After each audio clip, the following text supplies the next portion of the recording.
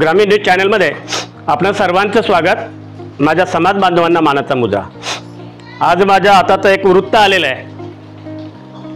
माझ्या चॅनलचे कार्यकारी संपादक किरणजी दुधाळे यांनी कव्हर केलेली बातमी, एक जबरदस्त बातमी त्यांनी कव्हर केलेली आहे। किरण दुधाळेंनी मला पाठवलं आणि खरोखरच जे मी अगोदरपासून सांगत होतो, या शहापूर तालुका कोणी यावं काही करावं, यांना फक्त शहापूर तालुका दिसतो। आता नुकतीच माझ्या हातात बातमी आलेली आहे की आजच रविवार दिनांक 2024 रोजी इको सेन्सिटिव्ह झोन याच्या विरोधात आज लाहे गावामध्ये एक भरगच्च अशी मीटिंग पार पडली।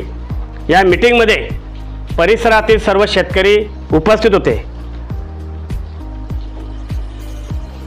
या शेतकऱ्यांनी, जे जागृत शेतकरी आहेत, त्यांनी या संदर्भात की तानसा इको सेन्सिटिव्ह झोन, जो तानसा डॅम आहे त्याभोवती अभयारण्य आहे, कमीत कमी माझ्या अंदाजानुसार 304 मीटर जे क्षेत्र आहे ते आता वाढून घ्यायचं ठरलेलं आहे। म्हणजेच 7 मे 2024 ची जी अधिसूचना पर्यावरण मंत्रालयाने आता काढली, त्यामध्ये असं सांगितलेलं आहे की आता परत 481 किलोमीटर क्षेत्र त्यांना पाहिजे।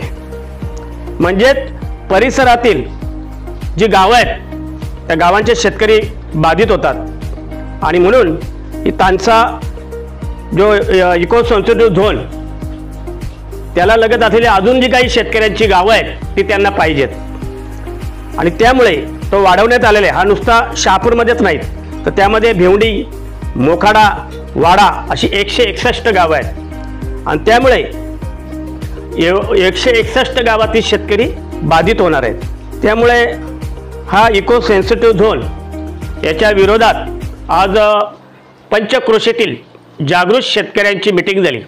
त्या मीटिंगमध्ये आमचे सर्वांचे आवडते आणि एकदम परफेक्ट बोलणारे आमचे ॲडव्होकेट आपले निखिलजी खाडेसाहेब हे उपस्थित होते। त्याचप्रमाणे शरदचंद्रजी पवार गटाच्या जिल्हा अध्यक्षा विद्याताई वेखंडे यासुद्धा त्या ठिकाणी होत्या। त्याचप्रमाणे समाजसेवक वसंतजी भेरे व पंचक्रोशीतील बरीचशी मंडळी त्या ठिकाणी, बरेचसे शेतकरी त्या ठिकाणी उपस्थित होते। आता जो विषय ठरला, आज कोणी यावं आणि आमच्या शहापूर तालुका हा एक स्वस्त झालेला आहे, कोणी यायचं काही पण करत सुटायचं। मी मागच्या बाईटमध्ये नेहमी सांगत आलो, आमच्या शहापूर तालुक्यामध्ये कवडीमोल भावाने जमिनी घेतात, ही कोणाच्या मंत्रतंत्रांचीच माणसं, यांच्याच दलाल। कवडीमोल भावाने घ्यायची, तिथं MIDC आणायची, खर्डीला MIDC झाली। मुंबई नागपूर समृद्धी हवेत जमिनी कोणाच्या धडधाडग्या लोकांनी विकत घेतलेल्या आमच्यासारख्या गोरगरीब शेतकऱ्यांच्या, आणि त्या ठिकाणी समृद्धी आणायची। समृद्धी आली, जमिनी गेल्या, पण त्यांना पाहिजे तेवढे पैसे मिळाले आणि आमचे शेतकरी मात्र कवडीमोल भावाने त्यांच्या जमिनी घेऊन त्यांना बर्बाद करण्याचं षडयंत्र या शहापूर तालुक्यात चालू आहे। इकडे मुंबरी डॅम आलं, तिथेही वाट लावली।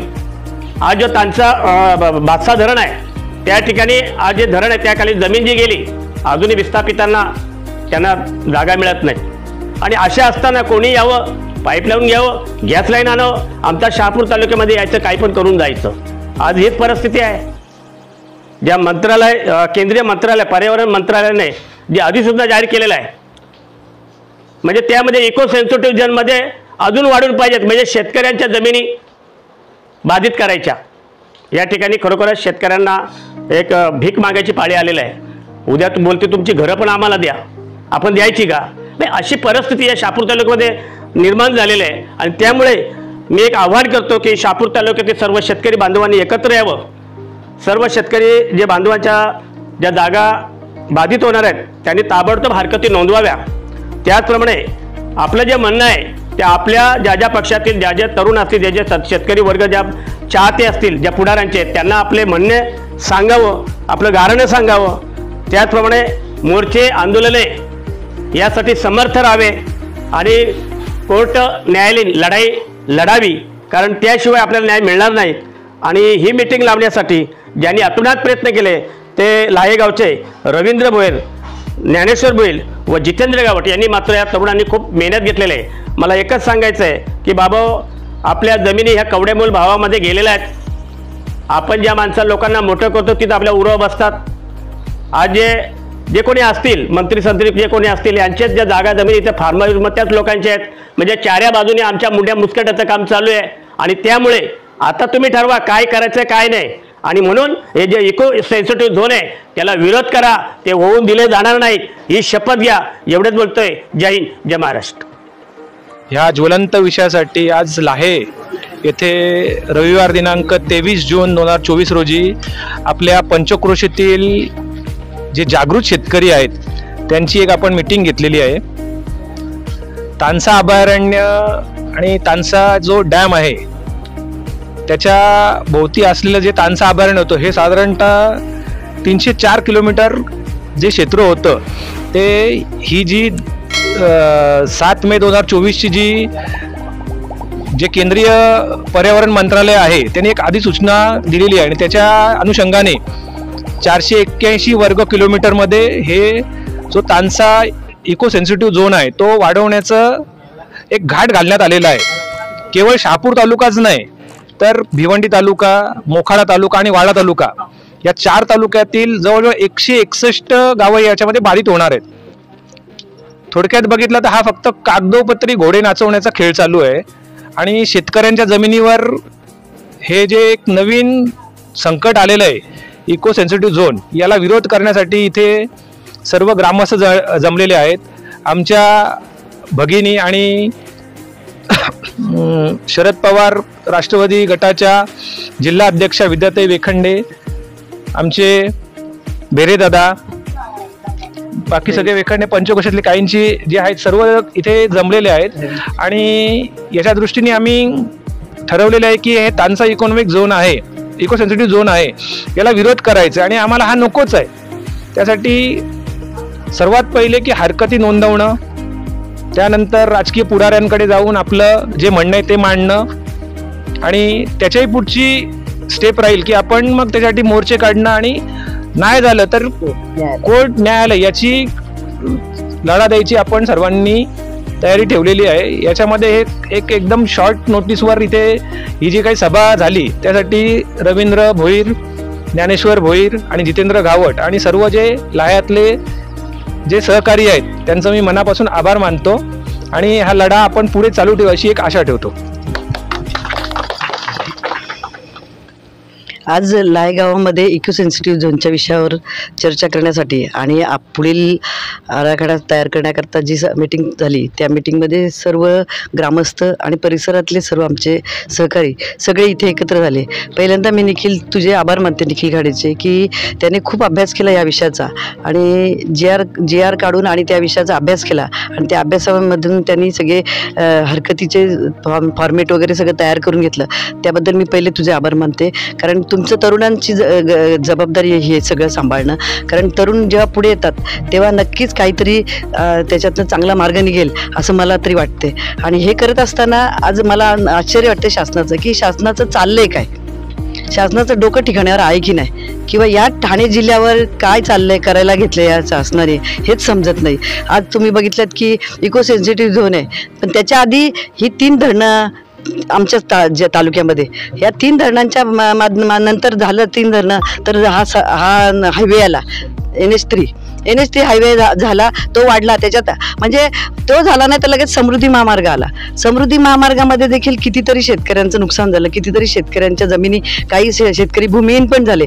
काय दिलं, अगदी तुटपुंजी मदत शेतकऱ्यांना शासनाने दिलं. आणि हे होतंच तर फॉरेस्टचं आता मी बघितलं की बऱ्याच ठिकाणी त्यांनी फॉरेस्ट दाखवले, जिथे ज्या ठिकाणी खडक आहे अशा ठिकाणी देखील फॉरेस्ट दाखवले.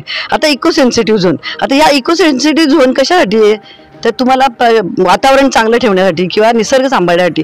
पण मग तो कुठे दाखवलं पाहिजे याचा पण अभ्यास केला पाहिजे शासनाने, की ज्या ठिकाणी खरोखर जमीन आहे, माती आहे, अशा ठिकाणी झालं पाहिजे जेणेकरून तिथे झाडं उगणार आहेत आणि तिथे वातावरण चांगलं ठेवण्यासाठी प्रयत्न केले जाणार आहे. आता ज्या काही ठिकाणी काही लोकांच्या जमिनी मी ऐकलं लोकांकडनं की माझी जमीन पूर्ण खडकाळ आहे, त्या खडकाळ जमिनीवर त्यांनी इको सेन्सिटिव्ह झोन टाकलाय. म्हणजे तिथे काय वडाचं झाड तरी उगवणार आहे का, तिथे गवत तरी उगवणार आहे का, मग नक्की करायला काय घेतले शासनाने हेच कळत नाही आम्हाला. आणि म्हणून आम्हाला आमची अशी अपेक्षा शासनाकडनं की या सगळ्या गोष्टीचा पहिल्यांदा जमीन कुठे काय आहे त्याचा विचार केला पाहिजे. दुसरी गोष्ट, या सगळ्या योजना, सगळे प्रोजेक्ट आहेत, प्रकल्प आहेत, हे सगळे आमच्याच तालुक्यावर का, आमच्याच तालुक्यावर याचा अन्याय का केला जातोय. मला असं वाटतं की आम्ही हे कुठलीही गोष्ट मान्य करणार नाहीत. इको सेन्सिटिव्हला आमच्या तालुक्यातनं नाही, आमच्या पूर्ण ठाणे जिल्ह्यातनं, पूर्ण पालघर जिल्ह्यातनं याला विरोध होणार आहे. आणि हा विरोध आम्ही सगळेजण रस्त्यावर उतरणार आहोत. रस्त्यावर उतरून आम्ही याचा विरोध करणार आहोत. शासनाने खरोखरच निर्णय घेतला पाहिजे लवकरच की आता पावसाळी अधिवेशन आले, त्याच्या आत आम्ही सगळ्या हरकती पोच करणार आहोत शासनाकडे आणि कलेक्टरांकडे देखील निवेदनं देणार आहोत आम्ही. आणि जर त्याच्यातनं पण काही होत नसेल तर आम्ही सगळेजण या रस्त्यावर उतरून आम्ही आंदोलनं करणार आहोत. आणि या आंदोलनाला पूर्ण तालुक्यातली जनता सगळी एकत्र होणार आहे आणि एकत्र होऊन याला विरोध करणार आहेत. कारण याच्यामुळे आमच्या पुढच्या पिढीचं नुकसान होणार आहे. आमची पुढची पिढी अक्षरशः उद्ध्वस्त होणार आहेत. काही काहींची तर पूर्ण जमीन गेली. आता मागच्या समृद्धी महामार्गात देखील खूप जमिनी गेल्या लोकांच्या. काही लोक भूमिहीन पण झाले.